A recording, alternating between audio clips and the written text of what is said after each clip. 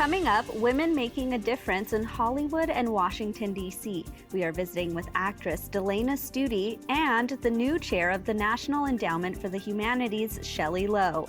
Plus, a preview of the big competition. We talk to a hoop dancing world champion. I am Aaliyah Chavez. Join us for those interviews, plus headlines from the ICT Newscast. Arizona PBS is proud to support Indian Country Today. For 6 decades, we've provided television programs and now digital content.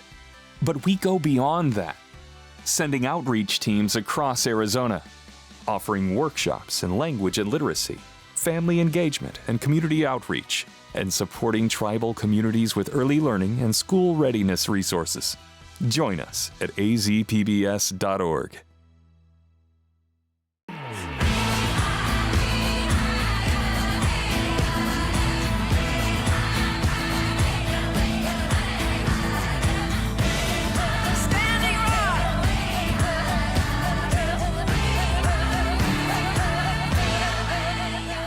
This is the ICT Newscast with Aaliyah Chavez. Amarawa Hopa, thank you for joining us. Native teachers and policymakers are coming off of a meeting with the nation's top leader in education. On Wednesday, U.S. Education Secretary Miguel Cardona joined attendees from the National Indian Education Association Conference for a fireside chat. Leading the conversation was NIEA President Jason Dropick. Dropick shared that 93% of Native students attend public schools. He asked the secretary how Native parents can ensure their languages are taught. Ensuring that parents feel confident, comfortable coming in, being very clear about what the asks are, ensuring that if it's talking about what the students are learning, asking what are my children learning about Native American culture, or how is it being portrayed, or how can I contribute? How can I contribute to the learning experience in the school where I can bring in my customs and my culture to show the beauty of it? The conversation was part of NIEA's Hill Week, where educators, advocates, and students visited with their congressional leaders to advocate for more educational opportunities and funding. There will be no charges for an Australian police officer who was involved in the death of an Indigenous teenager. Last week, a jury in the Northern Territory Supreme Court acquitted Officer Zachary Wolfe on all charges.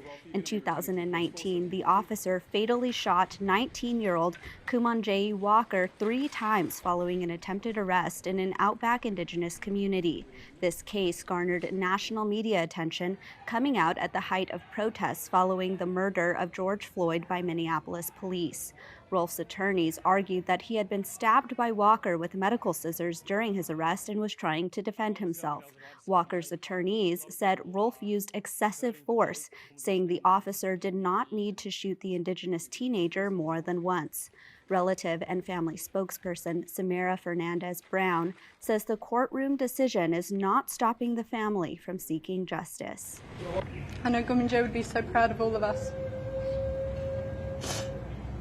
But this is not the end of his story, and this is not the end of our fight. After some rest, we will turn our attention to the coronial inquest, where we hope our truth will finally be heard, and so will questions that we have not had answers to. To ensure that this doesn't happen to anybody else or any other family. Indigenous elders said, quote, "Enough is enough," and called for no guns to be allowed in their remote communities. If convicted, Rolfe would have become the first Australian police officer to have killed a member of Australia's Indigenous population. The Office of Hawaiian Affairs has a new trustee, and she is a prominent face. Last week, Mililani Trask was selected for the position. As part of her formal swearing-in, a cultural protocol was conducted. Trask is a lawyer and longtime Native Hawaiian activist. For 30 years, she led a nonprofit that helped Native Hawaiians purchase homes, and she is the sister of the late Haunani K. Trask, who was a global leader in Indigenous rights. Trask is filling a vacancy left by Keola Lindsay, who resigned at the start of February. She will serve until the general election in November. The White House is rolling out another key nomination for Indigenous communities. Last week, the Biden administration nominated Carmen G. Cantor to be the next Assistant Secretary for Insular and International Affairs. This position is housed under the Department of the Interior and is responsible for carrying out federal responsibilities in all U.S. insular areas. These areas include many Pacific Islander communities, like the territories of American Samoa, the Commonwealth of the Northern Mariana Islands, Guam, and the U.S. Virgin Islands. Secretary Deb Haaland praised Cantor, saying her experience as a diplomat will ensure that many of these islands have the support they need to address climate change and infrastructure projects. Up next, Cantor will need to be confirmed by the full U.S. Senate. Well, Walker River Paiute Super Bowl champion Austin Corbett is very close to securing himself a payday. The 26-year-old offensive guard was formerly a player with the Los Angeles Rams. Reports this week indicate he is nearing a 3-year, $29.5 million contract with the Carolina Panthers. Already, Panthers fans say they are excited about the deal, saying Corbett brings a, quote, winning mentality to the team. And those are the headlines for the ICT Newscast. Coming up, the National Endowment for the Humanities is now led by an Indigenous woman, and actress Delena Studi talks about theater. But first, we're previewing this year's Hoop Dance World Championships. Stay with us.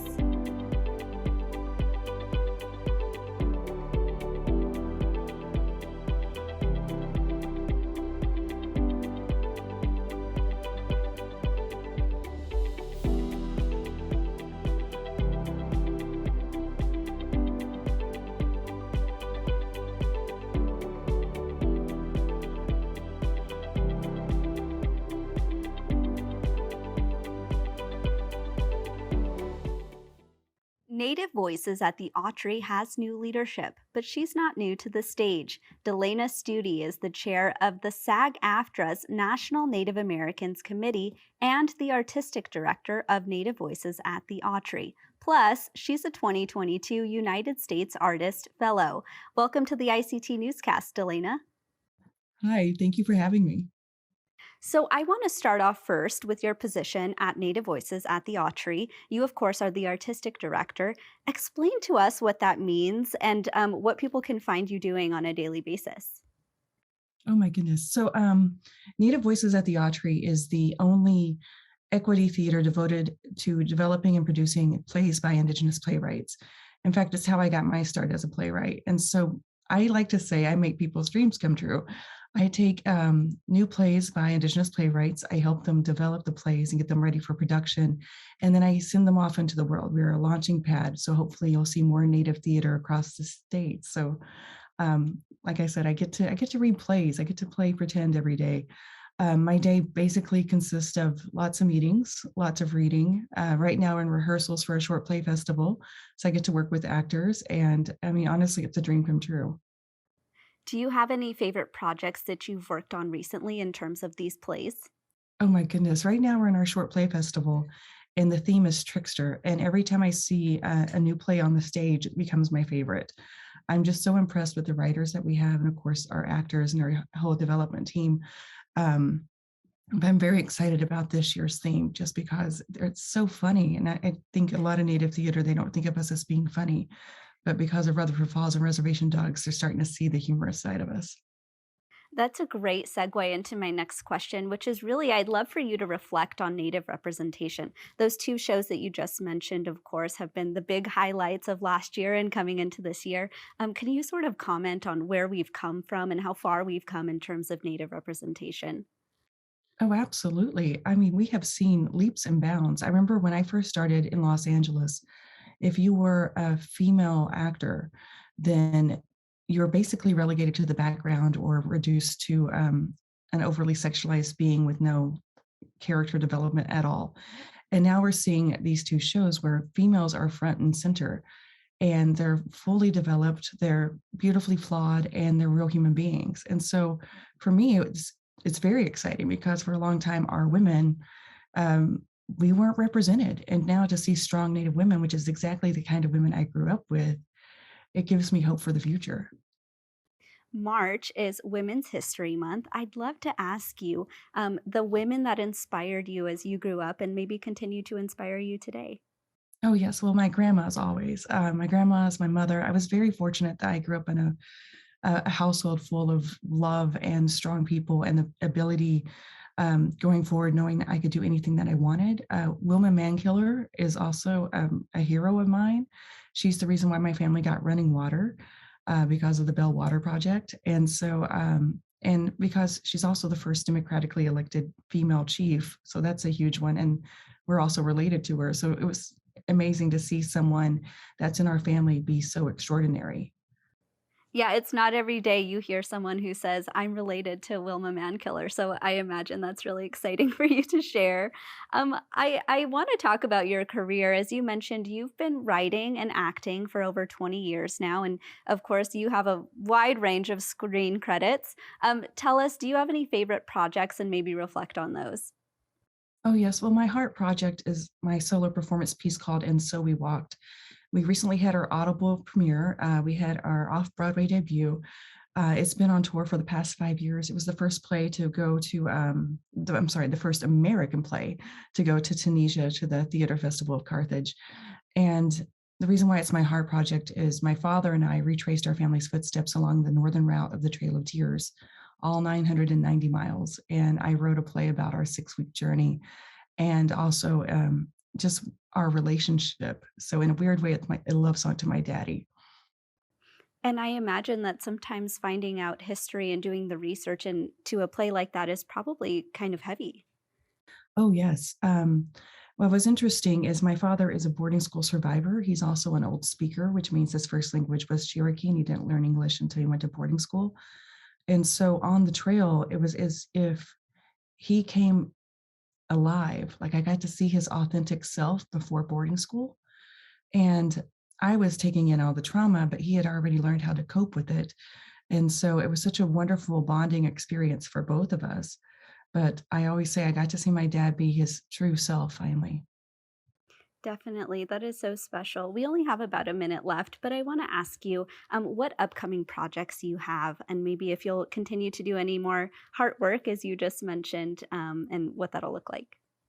Oh, yes. I'm actually in the process of writing 2 new plays, and I just got cast in a TV series that I can't announce right yet, but I'll be filming that next week.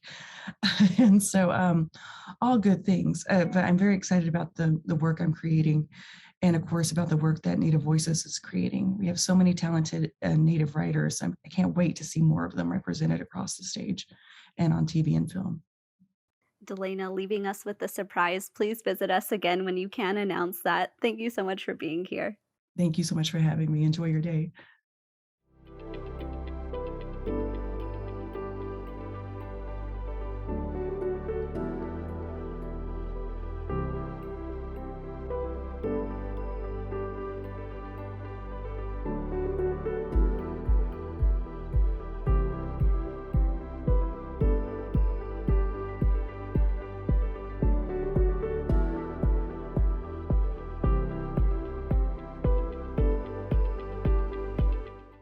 Scott Sixkiller Sinqua grew up watching his father and older brother hoop dance. This inspired him to continue his traditional dances, so he picked up hoop dancing and fancy dancing.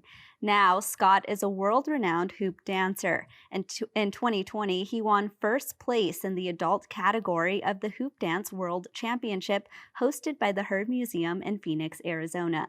The championships are coming around again soon and will be held on March 26th and 27th. Hi, Scott. Welcome to the newscast. Hello, how are you doing? Thank you for having me. I'm doing well, thank you. So I want to jump right in. I understand that last year's championships were held virtually, so this year we're back to in person. How are you feeling about getting back out there knowing that it's just a few weeks away? It's pretty exciting. The only thing is, I guess the I got the COVID body now. I think everybody kind of got out of the groove with not everything going on through COVID. So I think it's going to be exciting to see everybody there, although everybody might not be at the top of their game, but I'm excited overall. How are you preparing, and can you sort of talk about the process in terms of training? Because I know that there's probably a lot of training that goes on behind the scenes. Yeah, luckily, we've been pretty busy doing some dance performances. My brother, my father, and I, we've been throughout the weekend, and on the weekend we've been doing art market. And then during the week, we go to either Papago or Encanto. We go to a park and we have our drum. Luckily, we can all sing for each other and we take turns dancing. And uh, if we can get out and dance twice a day in this getting to be 80+ degree weather, then I think we'll be okay. Yeah, yeah. In Phoenix here, where we're located as well, it's warming up rather quickly, and so I imagine that when you get back out there, you're going to feel the sun and the elements. I want to talk a little bit about how you're feeling going into the competition this year. Are you going to be showcasing any new routines, any new talents? Tell us about that. I have a couple new moves that I've been working on. For the most part, I've just been trying to stay smooth and keep consistent with my workouts. It's definitely a big challenge now that everything's changed, and I just recently had a son in August, so I've been up in Ottawa for about half a year, and I just barely made my way down for the contest. So it's been fun trying to work out and take care of a baby at the same time. Oh, yeah. Well, congratulations to you. That's very exciting. I want to talk about sort of how you'll move forward in the future, knowing that you'll have a son who could learn hoop dancing. Can you talk about why it's important to you to sort of carry on these traditions? Yeah, well, we were fortunate to grow up going to different celebrations, powwows, ceremonies with our parents. I guess when you're a little kid, you have no choice but to go with your parents wherever they're going. So we're always going to these powwows, and we just grew up dancing, and we found a love for it. And when we were taught how to dance, they told us that we weren't dancing for ourselves, we're dancing for those who can't dance, those who want to dance, and most importantly, all of our ancestors and our veterans that fight for what we have here today to be able to share our culture and our language and all of our dances and songs. So I think it's very important to share that knowledge with our new generation. Do you think because we're recovering from the coronavirus pandemic that that'll play into sort of the prayer that you'll feel while you're dancing this year? Yes, definitely. This hoop dance came from a healing dance a long time ago, and they said that every time the dancer passed his body through a hoop, he was adding another day, month, year onto a sick individual's life. So we still like to use the healing aspect of the hoop dance, and if we can bring a little bit joy to somebody for that split second, I think we're doing okay and helping to heal people. Scott, I want to ask you about the places that you've been able to travel because of your high level of hoop dancing. Tell us about that part of it. Yeah, we've been pretty lucky to travel all across US, Canada, as well as overseas. My father, he traveled quite extensively back in his day. And as soon as I graduated high school, a few days later, we were flying to England to go dance, and went to Germany to go dance with the man that taught us how to hoop dance. And we've been really, really lucky just to share our culture and share our dances, and it's kept us healthy, as in our body keeping healthy, but it keeps us happy. And we're lucky to share this because a long time ago, all of our dances, all of our culture was illegal. So we're very fortunate. That's wonderful, Scott. I have just one last question, and that's coming back to this year's championships. Do you at all feel pressure to hold on to your championship title? How are you feeling, going into this year's competition? It's funny to see myself as the 2020 champion. So I'm still going in there as a underdog. I still look at myself as everybody else. We're all dancing together, so I'm just ready to have a good time with everybody.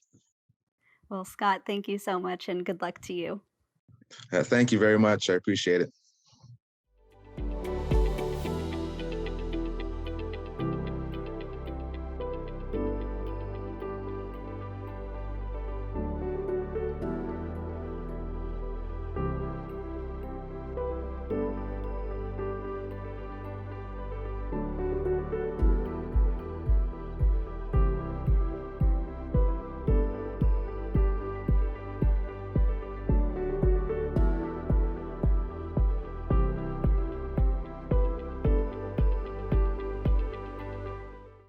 The National Endowment for the Humanities was created in 1965 and since then has had just 11 leaders. Navajo citizen Shelly Lowe is now the 12th person to chair this organization and the first Native person to lead the NEH. She was nominated to the position by President Joe Biden last fall and was confirmed by the U.S. Senate last month. Hello, Chair Lowe, and happy National Women's History Month to you. Good morning, Yat. So nice to see you. So, I want to start off, of course, with it being National Women's History Month. Tell us about where you grew up and maybe the matriarchs in your life who helped shape the person that you are today. Of course, that's a really great question. I grew up in Ganado, Arizona on the Navajo reservation, and I was lucky enough to be surrounded by both my maternal family and my paternal family.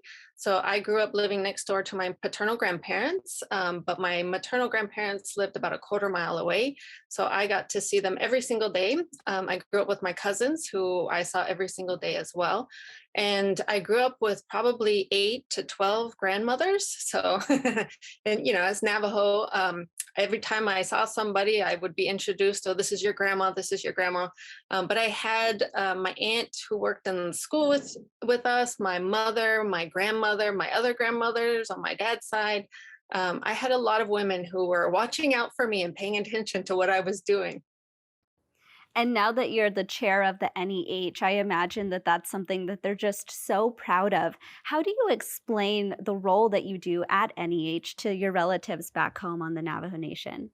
I've only been in the position for a month, and so I basically say I run the agency. I make sure that we meet our mandate. We have a federal mandate that we have to meet, and I try to make sure that we fund those programs and institutions that need our support and are doing really great work. And what is their response when you tell them that?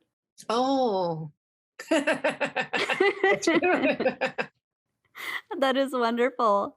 I want to actually talk about your previous history with the NEH under former President Barack Obama's tenure. Tell us about that. Yes, it was a long process to get confirmed to be on the National Council. It took about 4 years, but I served as a National Council member, one of 26 members, and our job at that point is to review all of the grants that get funded, to approve them and make sure that the work that's being funded is appropriate, and we're funding, really good programs that are doing excellent work, and ensuring that kind of quality control, making sure that what we're doing is meeting the needs of the American people. As you said before, you've only been in this position now for about a month. I'm really curious, how do you think that your lived experience will shape the way you make decisions at the NEH? Over my time as a council member, I really got to see where our funding was going. And even more importantly, I got to see where our funding wasn't going, what communities we weren't reaching, what institutions we weren't serving. And I started to ask a lot of questions, and I started to say, how do we reach out to small organizations? How do we reach out to tribal communities? And that is going to be one of the things that I'm going to prioritize, is how do we get the word out? I know that humanities is a vague concept sometimes, and people wonder, what does NEH do, right? I mean, when I was asked to be on the council, that's what I said. What does NEH do? I really want to get our information out. I really want individuals to think about us as a resource for the work that they're doing. So, would it be safe to say then that under your tenure with the NEH, that you'll try to reach more Native communities to talk more about what the mission is of this organization and agency? Most definitely. Reaching out to Native organizations, reaching out to tribal colleges and universities, but also to other underserved communities. We have another council member on the board, Daryl Baldwin, who's Miami in Ohio, and he's committed just as much to getting the word out as I am. I understand that you actually have a background in higher education. I'm really curious how you'll take what you teach in the classroom to this position. Well, I think it's really important for us to create knowledge and to share knowledge. And I think the essence of humanities is helping us to shape our meaning making, helping us to understand our place in the world and what the world is to us. but also really understanding that from our own cultural values and views. And I think being someone who works with students and has taught students, I see similar roles in NEH and doing the same kind of knowledge making and knowledge sharing. As I said in my introduction, you're the first Native person to lead the NEH. It's 2022, and I'm just wondering if you can reflect on what that feels like to be the first Native person. It's a little bit intimidating, right? But it's exciting. I had the opportunity to step into my office the other day, and you walk in and you see the pictures of the past chairs, and you understand that there's a new presence here. There's a new kind of background and way of thinking about things that I think will bring into the agency, and say this is going to be something that somebody else is going to follow me, and we're going to have more Native people in administrative positions, and I think it's really important. Well, Chair Shelly Lowe, thank you so much for being here. Thank you so much, and have a wonderful day. And that's a slice of our Indigenous world. For more news, visit IndianCountryToday.com. From all of us in the newsroom, stay safe, my relatives. I am Aaliyah Chavez. Sometimes you got to take a stand just because you know you can. Oh, you got to run, you got to run.